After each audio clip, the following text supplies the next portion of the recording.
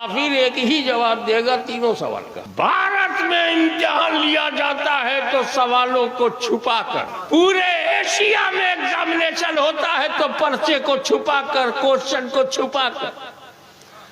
किसी गवर्नमेंट को पावर नहीं कि सवाल बता दे। ये पावर न प्रधानमंत्री के पास है न उनके किसी संतरी के पास है पेपर आउट करे, मगर ये मेरे नबी का इख्तियार है कि अभी तुम मरे नहीं हो, कब्र का पेपर आउट कर दिया। अस्सलामु अलैकुम वरहमतुल्लाहि वबरकातुहू। नाज़रीन, आप लोग एग्ज़ाम देते हैं, दुनिया का एग्ज़ाम, जो दुनिया में पढ़ाई कर रहे हैं ना, स्कूल में, कॉलेज में, तो आप लोग एग्ज़ाम देते हैं। कभी ऐसा हुआ है कि आप लोग जो एग्ज़ाम देते हैं तो एग्ज़ाम से पहले जो पेपर होता है वो आपको दिखा दिया जाता है? नहीं दिखाता है। जो पेपर आपको मिलता है वो पेपर वो चोरी छुपके कभी आउट हो गया तो वो अलग बात है, लेकिन किसी की ताकत नहीं है कि एग्ज़ाम से पहले आपको कोई पेपर दिखा दे, नहीं दिखा सकता है। लेकिन आज मैं आपको इस वीडियो में हज़रत सैयद हाशमी मियाँ का एक बयान सुनाने वाला हूँ, जो बहुत ही बेहतरीन अंदाज में बताया है हमारे नबी सल्लल्लाहु अलैहि वसल्लम का इख्तियार।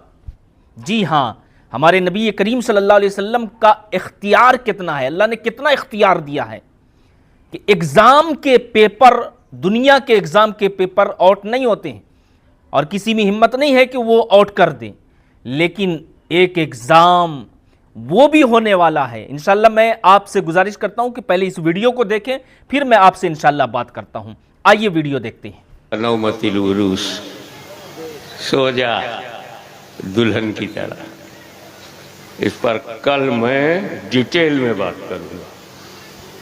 अभी तो मैं इख्तियार बताना चाहता हूं नबी का।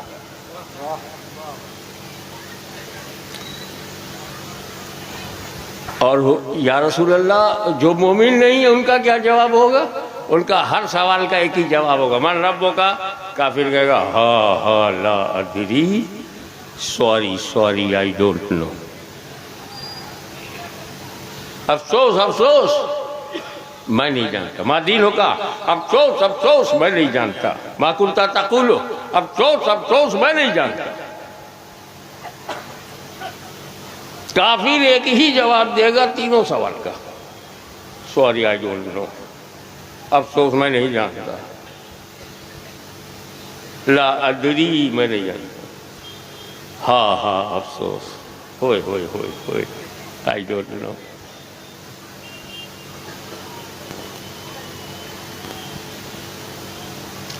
बंगाल में इम्तिहान होता है हाई स्कूल का, इंटरमीडिएट का।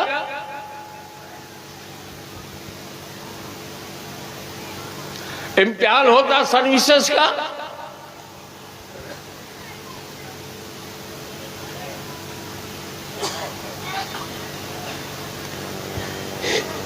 मालूम बंगला का पेपर आउट हो गया,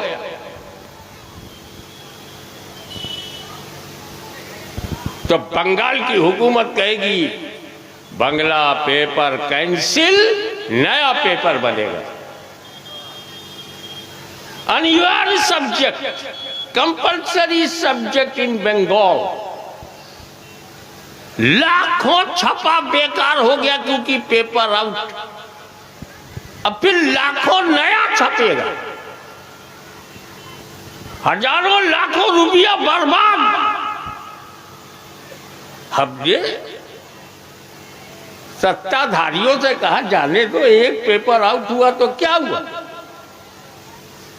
कहा जनाब इम्तिहान लिया जाता है, लड़के ने साल भर पढ़ा कि नहीं, पूरे वर्ष वो विद्यार्थी धर्म निभाता रहा कि नहीं। अब सवाल जब आउट हो गया है तो सब सही सही जवाब देंगे, तो सभी 100 में 95 और 90 नंबर ले जाएंगे पेपर आउट हो जाने पर। ये नहीं पता चलेगा थर्ड क्लास स्टूडेंट कौन, सेकंड क्लास स्टूडेंट कौन। पेपर आउट हो गया है, सवाल लोगों को पता चल गया है। अब जब सवाल पता चल गया है तो फिर सवाल नया किया जाएगा। भारत में इम्तिहान लिया जाता है तो सवालों को छुपाकर, पूरे एशिया में एग्जामिनेशन होता है तो पर्चे को छुपाकर, क्वेश्चन को छुपाकर। किसी गवर्नमेंट को पावर नहीं कि सवाल बता दे। ये पावर न प्रधानमंत्री के पास है, न उनके किसी संतरी के पास है कि पेपर आउट करे, मगर ये मेरे नबी का इख्तियार है कि अभी तुम मरे नहीं हो, कब्र का पेपर आउट कर दिया। जहां अमेरिका की हुकूमत कमजोर है, वहां भी मेरा नबी जोरदार है। जहां यूरोप की यूनियन नहीं कर सकती, मदीने वाले ने करके दिखाया, क़यामत तक के लिए बता दिया, कब्र का पेपर आउट कर दिया। पहला सवाल मन रब्बो का है, दूसरा मा दीनों का है, तीसरा मा कुंता तक़ूलु फ़ी हज़ा रजुल है, और जवाब भी बता दिया। रबी अल्लाह पहले का जवाब है, दीनिल इस्लाम दूसरे का जवाब है, हाज़ा नबीयुना मुहम्मदुर रसूलुल्लाह तीसरे का जवाब है। सवाल भी बता दिया, जवाब भी बता दिया। अगर अब भी फेल हो जाओ तो कितने कंडम स्टूडेंट हो।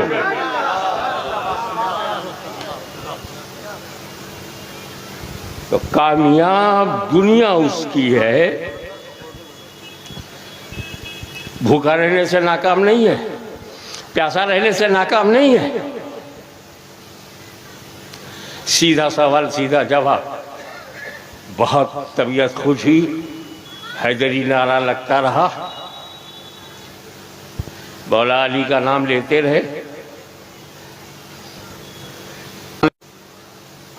हजरत अली के कितने बेटे हैं? अरे मुहर्रम में बहुत याद करते हो खानदान को, कोई बता दो तुम्हें से कितने बेटे हैं, नाम बताओ। हसन हुसैन, ये दो ही नाम क्यों याद है? क्यों? ये दोनों कामयाब हैं। अच्छा, इमाम हसन कामयाब? हाँ। इमाम हुसैन कामयाब? हाँ। कामयाबी किस बात की? भूखे रहे, दामन इस्लाम नहीं छोड़ा, प्यासे रहे, तौहीद का जाम पीते रहे, पिलाते रहे। भूखा हुसैन, प्यासा हुसैन, कामयाब हुसैन।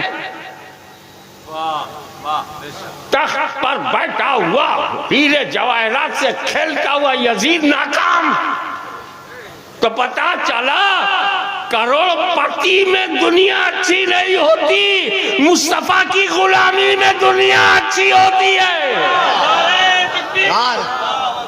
नारे तकबीर,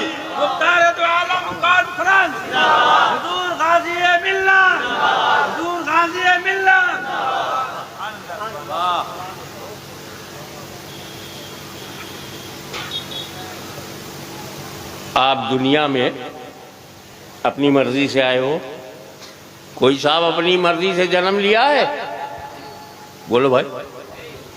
चलो, आपका स्टार्ट जो है, शुभारंभ आपकी मर्जी का नहीं है। चलो, अपनी मर्जी से मरोगे तो एंड भी मर्जी का नहीं। ना शुरू मेरी मर्जी से हुआ है, ना खत्म मर्जी से होगा। तो जब अपनी मर्जी से आए नहीं, अपनी मर्जी से मरेंगे नहीं, तो अपनी मर्जी से जिएंगे कैसे?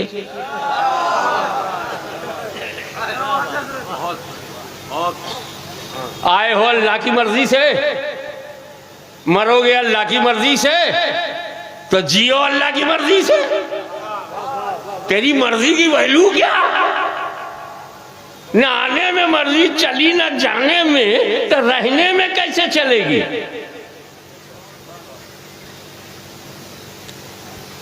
इसको कहते हैं वास्तविकता, reality. If you turn your face from reality, you turn your face from reality, you can't change reality. तुम हक बात से मुंह फेर लो, पर हक को बदल नहीं सकते, सच को बदल नहीं सकते, हकीकत को बदल नहीं सकते।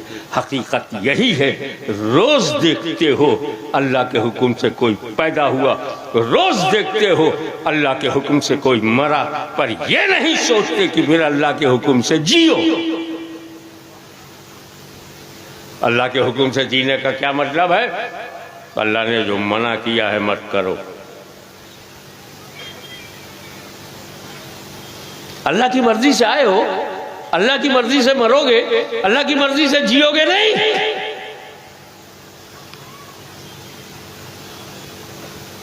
ये सुख, ये दुख, बोलते हो ना, सुखी जीवन, दुखी जीवन। मैं दुनिया के 5 महाद्वीप में गया हूं। अमेरिका महाद्वीप, यूरोप महाद्वीप, अफ्रीका महाद्वीप, एशिया महाद्वीप, चलते चलाते ऑस्ट्रेलिया महाद्वीप भी हो गया। ऑस्ट्रेलिया, न्यूजीलैंड, फिजी वगैरह, पूरे 5 महाद्वीप में मुझे एक दुकान नहीं मिली जहां सुख या दुख बिकता हो। मॉल में भी मैं गया, कुछ हम लोगों को मोछ बनाने के लिए जरूरत पड़ जाती है, अपनी पसंद का रेजर लेना है, वहां भी सब मिलता, दुख नहीं मिलता।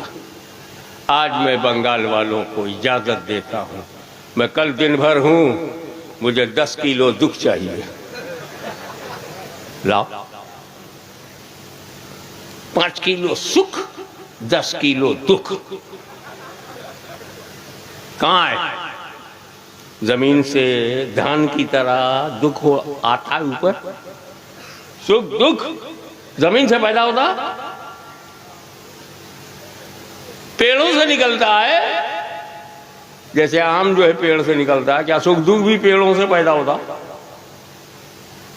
बारिश की तरह आसमान से सुख दुख गिरता क्या? नहीं।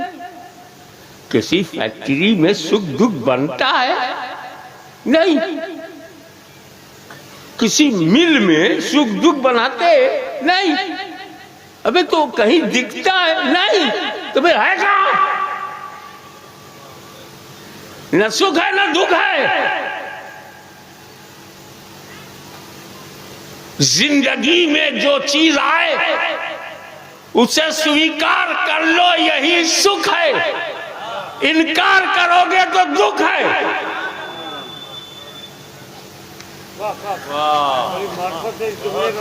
दुख दुख होता ही नहीं अगर एक्सेप्ट कर लूं।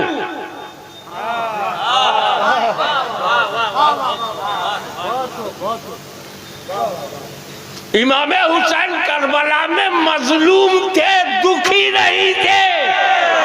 हाय हाय, नारे तकबीर, नारे रिसालत, हुजूर गाज़ी मिल्लत, जानशीने सरकार मुहद्दिस आज़म। फातिमा के लाल ने जब सब एक्सेप्ट कर लिया तो दुख ही उनके कदमों में झुक गया। मैं एक ऐसी मिसाल दूं जो आपके घर में है। जब सर चकराता है तो पेन किलर ले ले करके अपने सर के दर्द को दूर करने की तरकीब करते हो। पेट में दर्द हो, बर्दाश्त नहीं होता साहेब, पेट में बहुत दर्द है, उंगली कटना बर्दाश्त नहीं, कोई दुख हमें बर्दाश्त नहीं, रिजेक्ट। फौरन अगर अरे कोरोना, जैसा नाम वैसा ही काम। क्या नाम है? कोरोना। 3 साल कोई काम करो ना, बेकार घर बैठे रहो।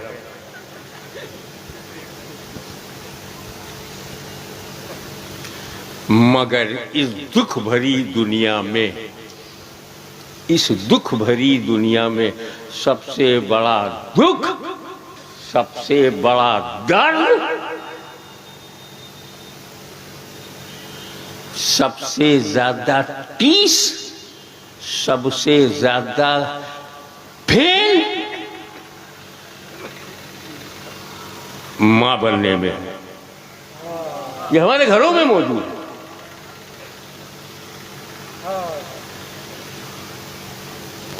जैसे ही हमारी माँ बहन गर्भ धारण करती हैं,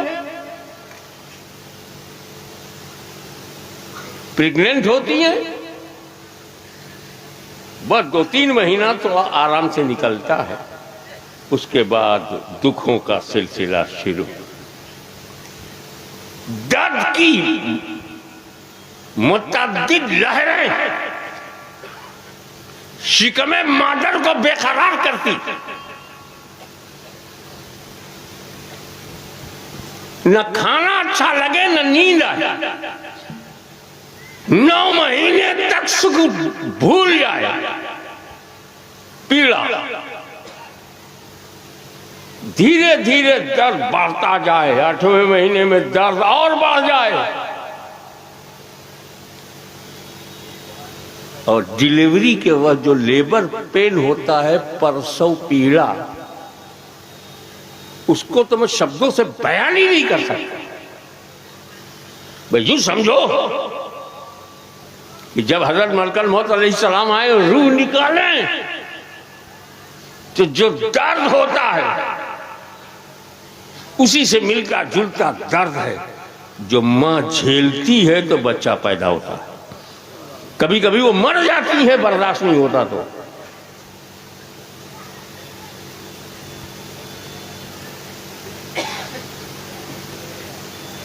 इसीलिए तो मां का दर्जा। नौजवानों, तेरी मां का दर्जा ये है कि तेरी सारी नमाजें, अगर तूने जितने रोजे रखे, हज किया, ज़कात दिया, बड़े से बड़ा फर्ज अदा किया, लेकिन तेरी मां अगर नाराज है, सब गया।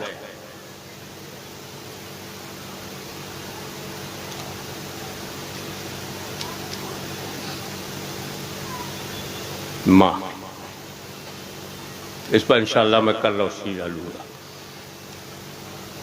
माँ बाप, वो आप देखें ना तेवर, वला तुश्रिकू बिही शैअन व बिल वालिदैनि इहसाना, कहाँ जिक्र खुदा, शिर्क शिकन आयत,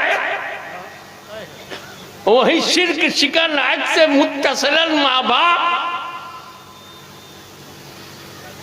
वला ताबुदू इल्ला इय्याहू व बिल वालिदैनि इहसाना, अल्लाह के सिवा किसी की इबादत मत करो और माँ बाप के साथ अच्छा सलूक करो। Don't make partner of Allah and be good for parents. माँ बाप दोनों। इधर भारत में पता नहीं कौन सी दिमागी बीमारी है, अब्बा गायब, सिर्फ अम्मा। जय माता दी, मां की जय हो। बाप सौतेला है क्या? एक तरह मां की दुआ, बाप बदुआ देता है क्या? नौजवानों, मां का हक ज्यादा है तो बाप की शान ज्यादा है।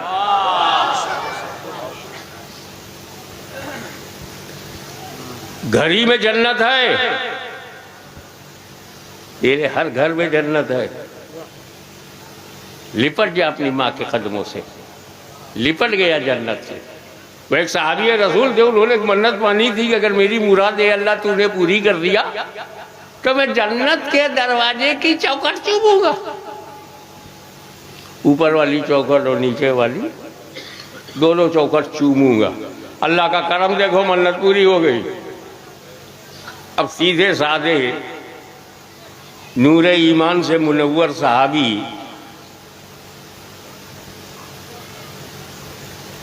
अब जन्नत कहाँ मिले?